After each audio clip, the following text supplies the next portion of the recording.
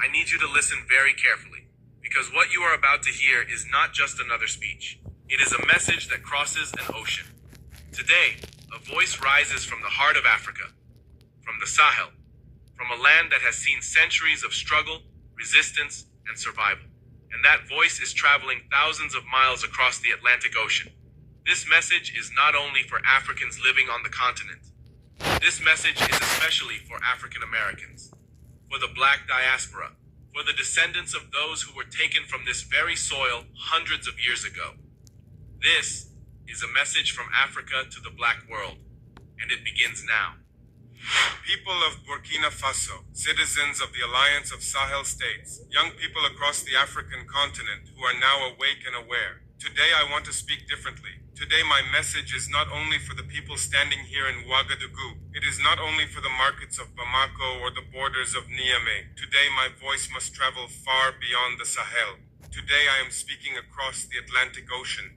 I want my voice to reach the Black people living in the United States of America and other countries in the world. I want it to reach African Americans, the Black diaspora across Europe and the West, and every descendant of Africa whose ancestors were taken from this land centuries ago. For too long, the ocean has separated us. For too long, powerful forces have tried to convince us that we are different people. They told African Americans that they are only a small minority in America. At the same time, they told Africans that the children of the diaspora had forgotten their roots. They tried to break the connection between us. But today, I stand here to say something very clear. The connection was never truly broken.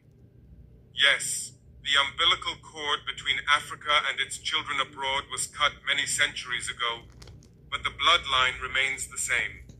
The culture remains alive. The spirit remains connected. You are Africans. You are our brothers and sisters. You are our family. And today the motherland is calling you. When we look at the history of African Americans, we see one of the greatest stories of survival in human history. Your ancestors were taken from these shores by force. They were placed inside dark slave ships, packed tightly in terrible conditions, and transported across the Atlantic Ocean. They were stripped of their names. Their languages were taken from them. Their religions and traditions were attacked. The system tried everything to erase the African identity, but it failed. Your ancestors survived the Middle Passage. They survived the brutal labor of plantations. They survived the violence, the whips, the humiliation, and the laws